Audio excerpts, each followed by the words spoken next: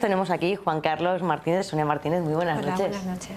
Que la semana pasada nos liamos a hablar con los temas de actualidad y no pudimos hablar de lo que queríamos, que era la educación, ¿no? Y cómo enseñar a niños con autismo. Bueno, sí, la verdad es que, bueno, que haya actualidad siempre es bueno, ¿no? Porque quiere decirse que hay novedades y que, bueno, el tema se va para adelante. Yo creo que esas dos noticias que dimos eran noticias necesarias y, bueno, tratarlas siempre es positivo. Pero hoy sí que vamos a hablar de cómo aprenden. Hoy sí, hoy no tenemos tantas novedades. Y cuéntanos, ¿quién ha venido de invitado? Bueno, hoy traemos a una amiga, antes que nada, que es Dolores Garrote, Lola Garrote. Ella es psicóloga, es directora de CEDIN, del Centro de Evaluación y Diagnóstico de Autismo de aquí, del Trastorno de Espectro Autista de Valencia, y es una profesional de referencia. Trabaja muchísimos, ¿cuántos años? Muchísimos años con autismo, con un montón de niños, ¿no? Ahora ya sé que eso nos contarás. Sí, porque CEDIN, explícanos un poco este centro, cómo funciona. Bueno, a ver, CEDIN es un centro de derivación externa de Consejería de Sanidad, como hay muchos más en la comunidad, y lo que hacemos básicamente pues es el diagnóstico y la intervención con los niños, asesoramiento a las familias, a los colegios. También hemos colaborado en cursos para el CEFIRE, que el CEFIRE lo que permite es formación para el profesorado, cursos que ayudan a profesores a saber cómo trabajar con los niños cuando están en el aula, tanto en colegios de educación especial como en colegios ordinarios y aulas CIL. Y bueno, en términos generales, pues este es un poquito el trabajo. Sí, porque comentábamos lo de la educación, que claro que hay determinadas cosas que hay que tener en cuenta, ¿no?, a la hora de educar a un niño con autismo. ¿Y cuáles son concretamente esas cosas que hay que tener en cuenta, esos apoyos de más que necesitan? A nivel de colegio, primero, creo que ya se ha comentado mucho a lo largo de las sesiones anteriores, es imprescindible conocer cómo manejan la mente, cómo ellos aprenden, para que el profesorado sepa ajustar las actividades, el entorno. Ya cada vez conocemos más cosas de cómo aprenden los niños con espectro autista. Sabemos que tienen problemas en funciones ejecutivas. Y como sabemos que tienen problemas en funciones ejecutivas, es decir, en planificar, en saber qué va a pasar en un cierto momento, en anticipar, en lo que hablamos futurizar. Entonces, si sabemos que tienen esa dificultad, lo que hacemos es que nosotros nos adaptamos y les ayudamos a planificar. ¿Cómo? Pues creando una serie de procedimientos, siempre visuales, porque sabemos también que tienen unas dificultades, pero también tienen unos puntos fuertes. Unos puntos fuertes es la capacidad visoperceptiva y la memoria visual, con lo cual aprovechamos esas capacidades para justamente enseñarles las dificultades que tienen y les enseñamos a planificar mediante procedimientos visuales que ya se habrán comentado, pues agendas, calendarios, los materiales que adaptamos también son muy visuales. Lo que se trata es que el niño, viendo el material, sepa rápido qué es lo que tiene que hacer. Entonces utilizamos una serie de procedimientos que cada vez se van ajustando más porque sabemos cómo el niño funciona. También es cierto, naturalmente, que el profesor tiene que estar formado y ahí es importante que una labor para divulgar, para informar, pero al mismo tiempo también me gustaría ponerme en el lado del profesor. Y la formación es importante, pero también necesitan una serie de apoyos, tanto recursos materiales como personales, para que poder llevar a cabo toda esa formación que van adquiriendo. Claro, porque ¿qué tipo de recursos son necesarios en un centro para poder educar? Recursos, primero, a nivel metodológico, sabemos que necesitan mucha estructura, con lo cual las aulas tienen que estar organizadas de tal manera que el niño al entrar sepa qué tiene que hacer en cada lugar. Y por eso lo que proponemos a los profesores, y ya cada vez más colegios, sobre todo aulas CIL, lo están llevando a cabo, son estructurar por rincones. Estructurar por rincones lo que ayuda al niño es a saber en cada rincón qué es lo que se me pide, y entonces no estoy tan desorientado. Claro, eso cada vez además se hace más en cualquier colegio, ¿no? Sí, de hecho en infantil funciona así. Funciona así. Y hemos visto que con los niños con trastornos del espectro autista funciona muy bien. Hay que adaptar mucho más, de una forma muy visual, muy clara y muy simple, para que ellos sepan exactamente qué es lo que tienen que ir haciendo. Nos has traído uno de estos materiales, que es la guía de intervención dirigida al alumno con autismo, ¿no? Habéis traído, vamos a ver estas imágenes y veremos perfectamente todo lo que has comentado de esto de las imágenes, ¿no? Esta guía en la que está todo, por ejemplo, qué hacer ante el acoso y bueno, está explicado en esta guía todo, ¿no? Lo que tienen que saber los profesores. La verdad es que yo quería felicitar, ¿no?, a la Federación Autismo de Castilla y León, porque ha hecho un documento de aproximadamente 50 páginas.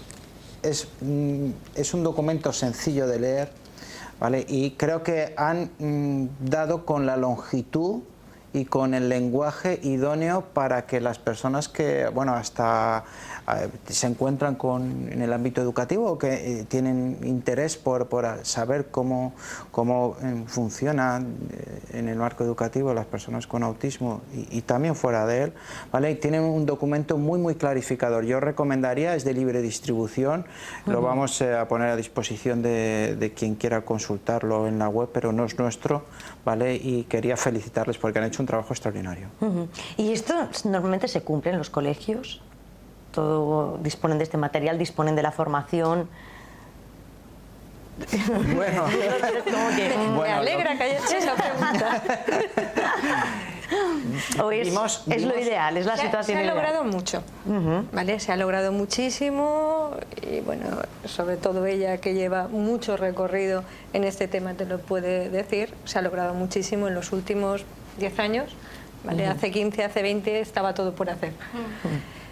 Pero todavía falta mucho porque es verdad que, por ejemplo, explicar cómo procesan, cómo se comunican, pues esto no está ni siquiera incluido de la forma que debería en los programas de las diferentes carreras, de los diferentes profesionales que pueden trabajar con estos niños. Entonces, todavía hay un largo recorrido. Sí que es cierto que en los coles te encuentras con gente con muchas ganas de aprender, con muchas ganas de que les ayudes a entender, a poder trabajar mejor, que lo viven como un reto, pero también te encuentras otras realidades. Es decir, tenemos, Lola lo sabrá, que hay muchos profesores, ¿vale?, que fuera de su horario escolar, ¿vale?, acuden a los gabinetes donde están ellas trabajando con los niños de una manera mucho más específica, ¿no?, más estructurada, ¿vale?, para saber cuál es su estilo, ¿no?, de aprendizaje y saber luego en el aula, ¿no?, cómo exponer, ¿vale?, esas materias al niño para que verdaderamente se produzca ese aprendizaje. Hay una cosa que hay que tener clara, vamos a ver, cuando un niño, y yo no diría un niño con autismo, yo diría que cuando un niño no aprende, no falla el niño, ¿vale? Yo creo que la primera consecuencia es que nos tenemos que hacer un examen, ¿vale? Yo no soy docente, pero creo que es necesario hacerse un examen de si estamos dando la materia en la forma adecuada. Y en este caso es muy predominante, en el caso de un niño con dificultades o con autismo, esto es muy determinante, ¿vale? Y luego, otra cosa muy importante es que nos enfrentamos a una situación que genera estrés en el ámbito escolar, y es que cuando una persona con necesidades, estamos hablando de que necesita más recursos, de que necesita más preparación los profesionales, ¿vale? Pero se tiene que afrontar esta situación porque además legalmente, ¿vale?, es así, quiero decir, lo vimos en la sentencia del otro día y hay que enriquecer, ¿no?, el ámbito escolar, ¿vale? Entonces hemos de hablar con coherencia. Claro, pero aquí el muro, ¿dónde está? ¿Está en el docente, está en el colegio, en Consellería de Educación? ¿Dónde está el muro? A mí me costaría mucho señalar un solo frente, porque realmente sería simplificar mucho la realidad. Yo creo que al final todo se resume en que no hay suficiente conocimiento y que esto también está directamente relacionado con lo que comentábamos en otros programas, las cifras. Claro. La incidencia antes era muy pequeña, la incidencia en los últimos 10 años cada vez es mayor, cada vez es más probable que en cualquier cole, en cualquiera de las clases, te encuentres Claro. a un niño Pero es con lo mismo TEA. que ha pasado con la evolución, por ejemplo, de los alérgicos o de los Por ejemplo, celíacos, claro. que los colegios han ido adaptándose porque han Claro. visto que la realidad Claro. ha ido por cada vez. ejemplo, las ETS, si no me equivoco, en los centros escolares que han sufrido modificaciones en ese aspecto, ¿no? Y hay que estar con los tiempos y con lo que la gente necesita y requiere, ¿no? Vale. Pero a mí me gustaría señalar respecto a los recursos, y ahí me corregís o ampliáis lo que queráis, que realmente tampoco hacen falta unos recursos materiales especialmente sofisticados, ¿vale? Sí, o sea, uno se puede ir a lo ideal, y lo ideal son las pizarras digitales. Fantástico, ¿vale? Por ejemplo, aquí de esos materiales tenemos también estos cuadros del aula, ¿no? Claro. Hay unos cuadros que son para el aula, que para estructurar, ¿no? Esto que decías, y que, por ejemplo, estos Vale. ayuda mucho, ¿no? Este tipo de material, y no es un material que se vea excesivamente caro, ¿no? Claro, esto es lo que comentaba ella de la distribución. Sí. Los apoyos visuales no solo son la agenda, sino que la misma distribución del aula ya le está dando la información visual Claro. que el niño necesita. Aquí me gustaría hacer un pequeño inciso, rincón de trabajo, rincón de juego, y me gustaría reivindicar el rincón de relax. Pero ya no solo para infantil, que eso está bastante instaurado, Sí. pero para primaria, secundaria, muchas veces en los colegios se olvida del rincón de relax. Y es un rincón imprescindible para que muchos niños que tienen mucho estrés, y el colegio les crea mucho estrés porque es una situación muy difícil para ellos, que necesitan momentos de descanso. Entonces yo desde aquí reivindico Además aprenden también para cuando sean mayores tener ese momento de relax, Sí. que también les De ayudará poder mucho autorregularse. para... interpretar de que el niño no quiere trabajar, sino que de vez en Sí. cuando necesita un Kit Kat. Pues efectivamente estamos viendo esos materiales que lo que dices, muchas veces no son recursos que sean excesivamente caros, sino pero son recursos que hay que tener, ¿no? Hay que saber manejarlo. Y saber manejar. Y saber cuál es el objetivo, a qué necesidades está respondiendo. Pero vamos, es desde fotos, objetos reales, dibujos. Ni siquiera uno necesita tener una plastificadora, Iron Fish. Claro. Lo que es Se necesita importante- mucha imaginación. eso Efectivamente, sí. mucha Y creatividad. yo hoy cuando venía pensando en el programa, hay que tener la capacidad, que es muy difícil, de pensar como un niño con espectro autista, que ya es difícil. No se trata solo de adaptar tareas y hacer cajas muy simples o tareas muy simples, sino ponerse en el lugar del niño y pensar cómo él Claro. puede aprender, que eso es difícil de enseñar. Si se tiene eso, lo demás ya, naturalmente, con el profesor sí tiene recursos apropiados, y también el apoyo de profesionales en los que hay veces se pueden sentir desorientados, porque claro, un aula hay muchos niños, es complicado, y muchas veces necesitarán el apoyo de alguien especialista que pueda orientarles y hacerles ese seguimiento. Además, por lo que estamos viendo, las pautas de aprendizaje, o las cosas que aprenden, son las cosas que aprende un niño de esa edad, ¿no?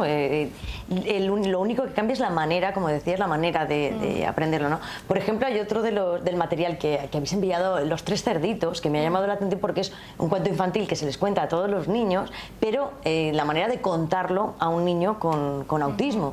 Vamos a verlo porque es eso, es el mismo cuento, exactamente igual, pero cómo se debería contar, ¿no?